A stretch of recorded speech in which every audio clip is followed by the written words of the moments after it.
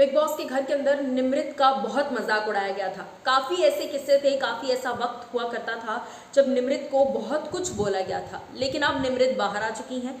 वो अपनी करियर के उस स्टेज पर पहुंच गई हैं और अपनी लाइफ के उस स्टेज पर पहुंच गई हैं जहां वो इन चीज़ों को टैकल कर सकती हैं और पलटकर जवाब दे सकती है। देखिए, कई बार चीज़ें ज़्यादा फ्रस्ट्रेटिंग तब हो जाती हैं जब आप पलटकर सामने वाले को जवाब नहीं दे पाते और आपको वो चीज़ सहनी पड़ती है। तो वो सहना कॉन्स्टेंटली अंदर ही अंदर आपको बिल्डअप देता जाता है और वो बिल्डअप जिस दिन ब्लास्ट होता है उस दिन आप वाकई काफ़ी ज़्यादा फ्रस्ट्रेट होकर वो चीज़ें जब उगल देते हो तो बहुत कुछ बर्बाद हो जाता है। मैं आपको इस वक्त बता देती हूँ कि निमृत कौर अहलूवालिया लगातार अपनी फिल्म की माफ़ कीजिएगा लगातार अपने गाने की प्रमोशन कर रही हैं। जी हाँ, जिहाले मस्किन रोहित जिंजुर्के के साथ उनका गाना आया।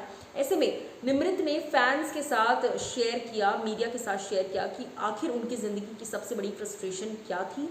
कई सारे लोगों ने निमृत को उनके वेट के लिए भी ट्रोल किया है। आपको याद होगा बिग बॉस के घर में बॉडी शेमिंग बाहर जनता ने काफ़ी की है उनको, आंटी और न जाने क्या क्या अंट शंट शब्दों का इस्तेमाल निमृत के लिए किया गया है, विच वॉज एब्सोल्युटली रिडिकुलस।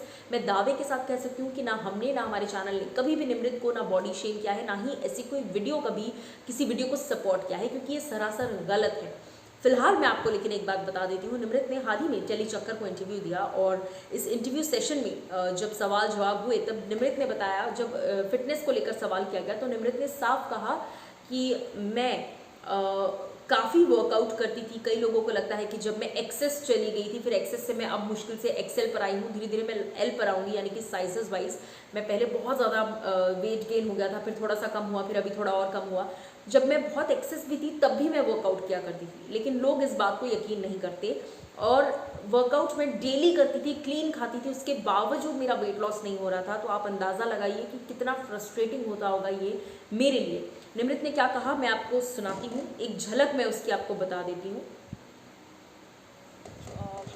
मैं पिछले 1.5 years में एक्सेस से एक्सेल गई हूँ और एक्सेल से अभी गई हूँ। And no, I am sorry but it's not a thing to laugh. I tell you why. I did not reach my XL size because I was not working out. वो कारण नहीं था।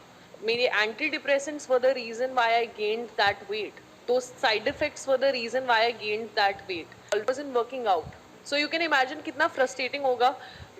I can't tell you, Rohit, I went to so many nutritionists, so many psychiatrists, so many consultants कि मैं इतनी मेहनत कर रही हूँ, मैं वर्कआउट कर रही हूँ, पर मेरी बॉडी में कोई चेंज ही नहीं आ रहा है। सो आपने क्लियरली सुना कि निमृत ने टेलीचक्कर को दिए इस इंटरव्यू में बोला है कि मैं इतना वर्कआउट कर रही थी, एक्सेस वर्कआउट कर रही थी, बट क्योंकि मेरे एंटी डिप्रेसेंट्स चालू थे तो उन दवाइयों की वजह से मेरा इतना वेट पुट ऑन हुआ है, मुझे इतना साइड इफेक्ट हुआ है उन दवाइयों का।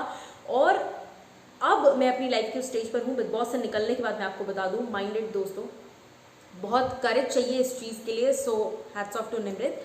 बिग बॉस से बाहर निकलकर निमृत ने ना सिर्फ उन दवाइयों को त्याग दिया है, छोड़ दिया है, उन दवाइयों के बिना वो कोप अप कर रही हैं और बहुत अच्छी बात है ये कि वो कर रही हैं। इसीलिए कहीं ना कहीं अब उनका वर्कआउट जो है वो असर दिखा रहा है। सो डेफिनेटली बहुत फ्रस्ट्रेटिंग हो जाता है जब आप इस तरह के कमेंट करते हैं एक ऐसे इंसान पर जो ऑलरेडी काफ़ी कुछ सफ़र कर रहा है। बात खैर सिर्फ सफरिंग की नहीं है। आप किसी भी इंसान पर इतना अगर टॉन्ट करते हैं तो वो उस पर असर कभी ना कभी डालता ही है। खैर, निमृत के लिए क्या कहेंगे? निमृत ने अपने दिल की ये जो भड़ास लोगों के सामने निकाली है, जो दिल के जज्बात निकाले हैं, उस पर क्या कहेंगे बताइएगा।